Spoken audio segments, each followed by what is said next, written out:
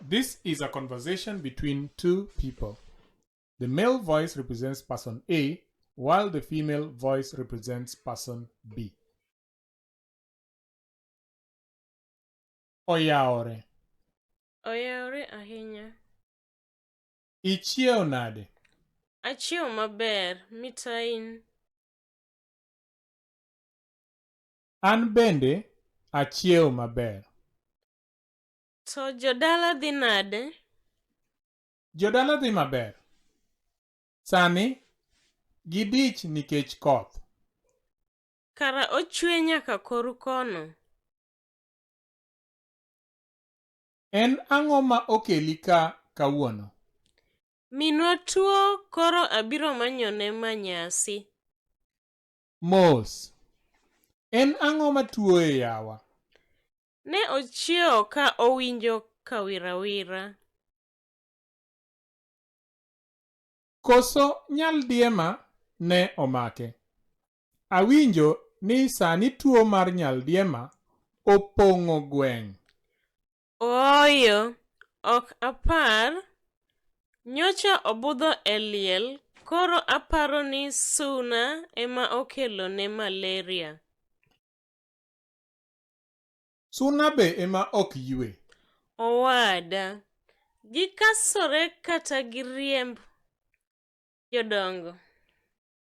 Be ne upimo ka dende ochwakore? Wuonwa ne opime seche mane ochiew ma oyudo ka dende ochwakore ahinya. Kara mano kaw yath odhi omuony. En yath mane manyalo thiedhe? Kaw ne yath maduoko dende piny mondo inyis wuonu otere ir ajuoga. Mano puonj maber. Ajuoga cha bende nyocha odhi wuoth buore.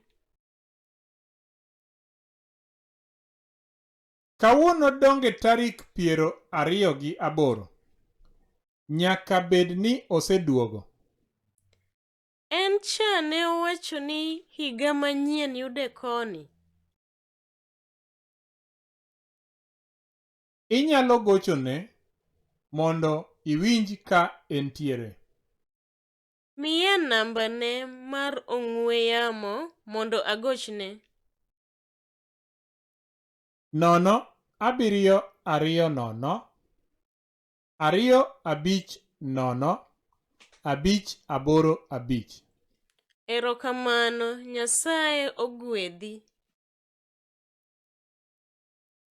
Kapok iwuok, adwaga penji ni owadu maduong' cha tinde ni kanye?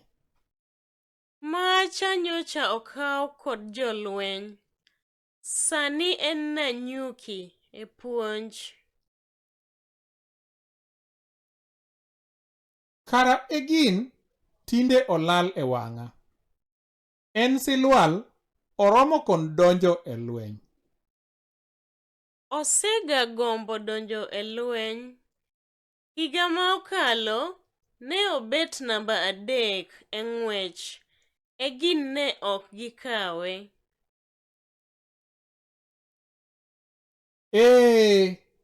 Mano e higa mane Owino wuod Ochieng okaw kod jolweny cha.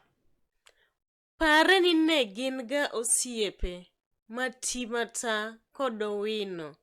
Gino ne omiye kuyo mar higa achiel. Aparo ni mano e gine otiyo matek ma okawe. Erokamano. Oriti masani. Imosna jonyuolgi.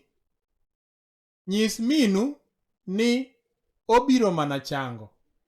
Erokamano. Imosna Atieno. Asebudho ne chakre weche tuo mar korona gi pok anene.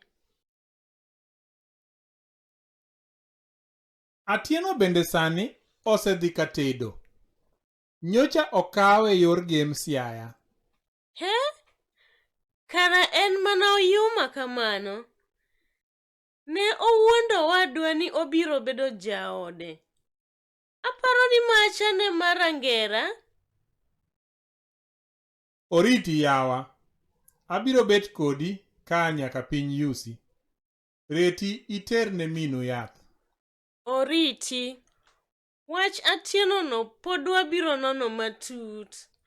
Onego orwaka chieng' nyombo atedne welo.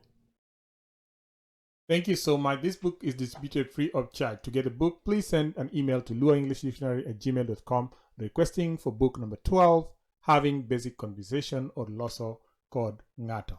You may make modifications to suit your learning needs.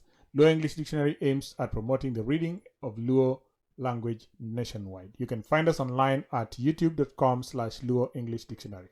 And for now, Oriti. Oriti.